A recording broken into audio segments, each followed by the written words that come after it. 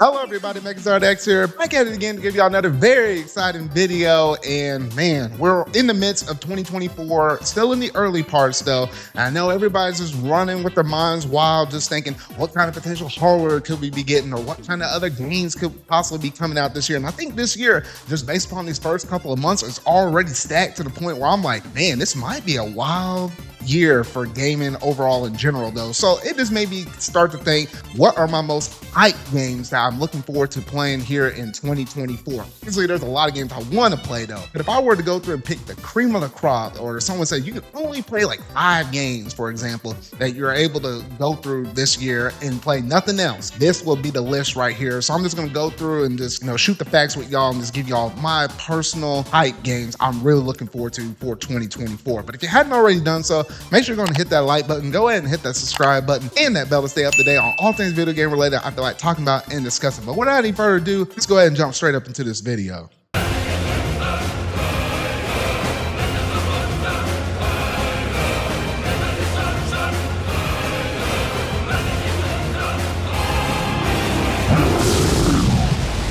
All right, so to kick things off, the first one I'm really looking forward to playing is Granblue Fantasy Relink. Now, this game I've been looking forward towards quite some time, maybe not nearly as long as some other people who, gosh, if you were following this game since like the moment it was announced, holy shoot, it's been almost like a little over like half a decade. We're talking about 5 years plus for us knowing about this game, and it's been going through some development craziness. Like at one point, Platinum Games was working on it, then they got dropped, and then Cygames had to work with some other people to get this game fully made and stuff. But finally, no more delays are in sight for this game. It is coming out on February 1st. I think it's basically that Thursday before that Friday. Interestingly enough, it's like one day right before Persona 3 Reload. And I'm like, I don't know how I'm going to juggle that though. But regardless, this game looking really stellar. I don't know if I'll be able to actually play it right at launch because I ordered like the limited edition for this game. And for some oddball reason, Amazon wanted to ship it 2 weeks later. And I'm like, but I guess that means Persona 3 Reload might come next though. But at least with this game, everything I've seen from like the online capabilities and stuff, the way how you're able to manage your quests, be able to play with other people online and stuff, and it just seems like the Granblue Fantasy game I really wanted to get into. Obviously there's the mobile game that Cygames made, and you can go through and play through that. However, I really wanted to see this franchise bloom in the sense of a console game. Yes, we had some Granblue Fantasy versus Rising fighting games, like the first one and the second one that just recently came out like in the month of December though. And while the fighting games are really cool, I would love to see what this game would really look like in RPG scope. Like the graphics look good and stuff. I mean, the animation and stuff looks fire. I'm pretty sure the story is going to play out to be really well, and especially for those that might be concerned about would this be a good jumping in point. Cygames did put that into consideration with this game though. So if you're new to the series or you have to know something about it, you're able to start with this game right up here and there though. But this is one of those games I'm really looking forward to playing here in 2024. Now, while I have a lot of Nintendo games I want to play this year, in terms of cream of the crop, I only have a very couple or few on my list, and one of them happens to be Paper Mario and the Thousand Year Door. Because with that game, man, oh man, I still can think back to the day that was announced last year in that fall Nintendo Direct though, and lo and behold, I just never thought that Nintendo would come out and address the one game that a lot of Paper Mario fans were clamoring on about to Nintendo. Like, they want things to be back in that era of like the Paper Mario for the 64 and Thousand Year Door with the GameCube and stuff. And lo and behold, we're managing to get this game. It's supposed to come out some point in 2024. If I had to take a guess, it might be somewhere around that summertime-ish window frame, but nonetheless though, I am really looking forward to this game, and it definitely kind of holds some promise with, if they're willing to give us this one, who knows what the very next new iteration for Paper Mario could be, considering the fact that people happen to show up with their wallets with this game, then maybe, oh maybe, they'll take some notes out of it and maybe give us a Paper Mario that's more attuned to those classic roots, especially considering how now we don't have the Mario and Luigi series unless they happen to bring that one back. But that's a whole nother topic for another day though. But so yeah, Paper Mario and the Thousand Year Door is definitely a game I'm really looking forward to here in 2024. Persona 3 Reload. Oh shoot, because this game right here, I've been looking forward to this since the second they announced that this was coming to be a thing. Obviously last year we managed to get, ports of Persona 4 Golden and Persona 3, but the portable version for that one. And I was looking at those games, I was like, I knew I wanted to get 4 Golden though, but 3, even at the time when portable dropped, we had rumorings of, yes, there was going to be a remake of the original Persona 3 though. And I was like, I might want to put off portable just in case they haven't announced this game, and it all happened to turn out just to go according to plan. I was like, yes, thank you, Atlus, because after I went through and played through Persona 5 Royal, I just want to get more Persona in my life. Like, I just really love that series. Like, Persona 5 Royal is like one of my top favorite third-party games of all time, period, point blank. So when I saw Persona 3 Reload and stuff, I'm like, oh, cool. They got obviously some new voice actors coming up in there, some returning old ones, but maybe reprising different roles within different characters in the series though.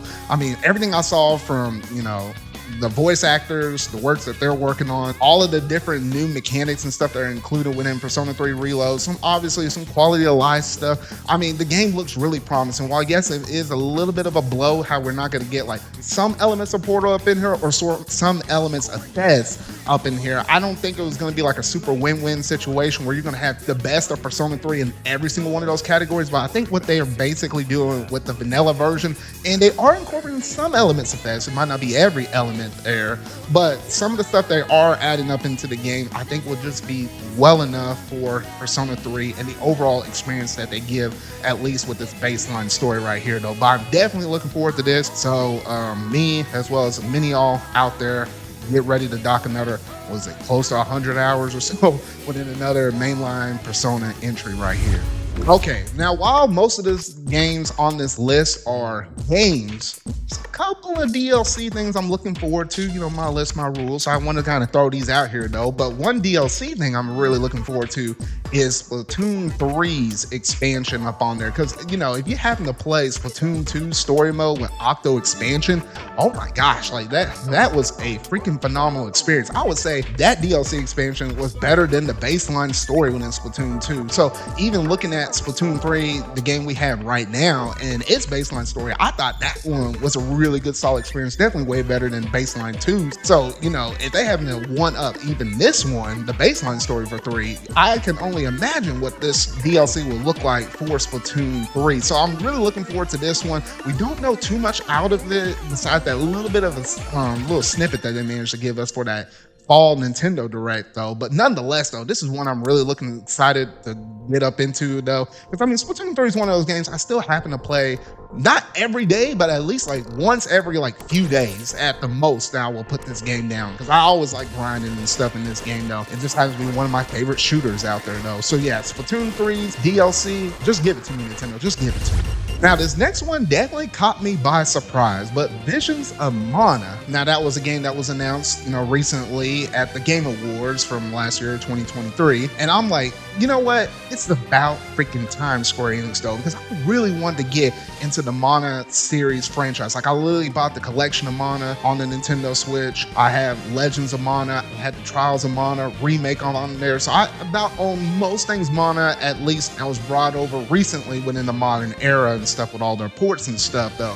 And ever since I played that Trials of Mana remake, I was like, man, I would love to see a new entry that basically takes the same kind of engine, same kind of concept, with the action RPG elements up in here though, and incorporate that into the mainline one. And it looks like Square Enix is finally stepping up to the plate. Maybe thanks to the efforts of that game and how much money it managed to raise, this is probably all possible for this Vision of Mana game though. But it's the newest mainline entry for the Mana series though, and oh my goodness, it seems like the scale is much bigger, much grander, even way grander than what the Trials of Mana remake was. I was like, oh my goodness though. We managed to see a good amount of footage within that Game Awards presentation though, but it was really more like the peak on the mountaintop, just the peak right above the glacier, whatever analogy you want to kind of say about this game though, because I feel like there's a lot of potential within this game, and I'm curious to where Square Enix will actually put this release date. I could see a late spring, somewhere summer, maybe early fall at the latest though, but it's really nice to see Square Enix kind of, delving back into their smaller IPs, but kind of giving them a new, fresh breath of air right there. So I really do think Visions of Mana will be really promising. Like, it's been over a decade for the longtime series fans with this series, though. So yeah, so Mana fans, we're eating good this year. We're eating good. Now, you knew I had to talk about, in terms of DLC, I had to bring Final Fantasy 16 back up. I mean, this was literally one of the games that made my top 3 list for Game of the Year for 2023. So I had to talk about the DLC right here because that game was just freaking phenomenal. I barely managed to almost play it within the year of 2023. It almost slipped out of my grasp. I literally started playing that game in late November, early December, and loved every freaking moment of that game, though. But literally with this DLC, when they dropped the phase 2 out, they were literally going to add in Leviathan as like one of those last icons that you didn't manage to, fight or play against or even obtain the powers for within the baseline story. So obviously they already got the part 1 DLC out. This will be the part 2. I'll be playing part 1 and part 2 all together, though. But I think the developer said between part 1 and part 2s, it's literally like 10 hours put all together, though. So having that second part, the beefier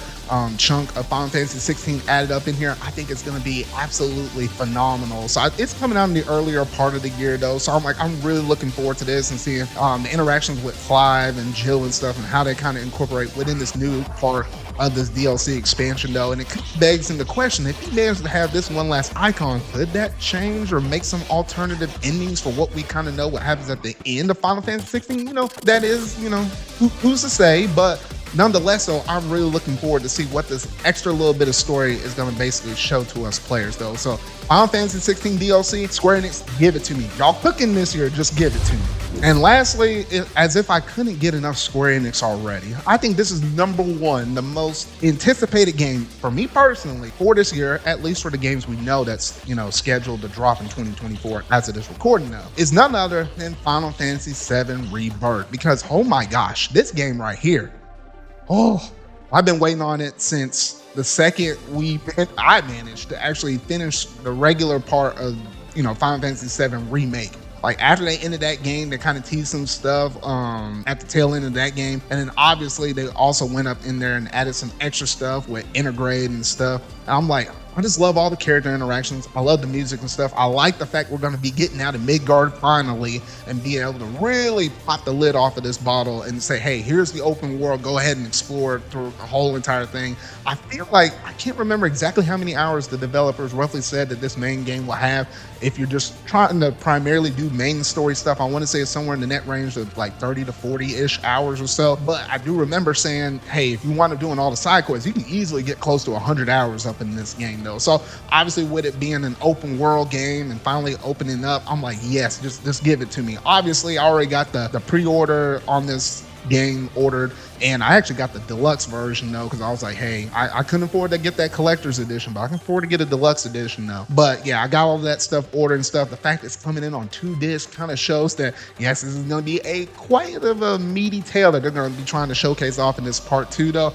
Interesting how they got Zack incorporated in there. There's a reason why they managed to drop Crisis Core right before Final Fantasy VII Rebirth. So I'm kind of interested to see what kind of new twists and turns that they're going to be managing to incorporate within this story for Rebirth, because I don't think everything is going to go as according to plan as the original Final Fantasy VII. We know there's going to be some twist up in this thing, though, but nonetheless, though, I'm really, and I mean really stoked to see what's going to happen within this story for Cloud and the rest of his gang up in this game. So, oh shoot, man. Square Enix, y'all been cooking today. I'm just saying, y'all are cooking this year. Y'all release anything else? Oh man, I might have a personal meltdown or a breakdown or something like that, because y'all need to chill. Y'all just need to chill. So yeah, so that's gonna basically do it in terms of my whole entire list of most highly anticipated games that are gonna be coming out in the year of 2024. Now, just kind of keep in mind, this is just me talking about and looking at forecasts of games for 2024 from the month of January. Who knows? A Nintendo Switch 2 could be announced in the middle of summer,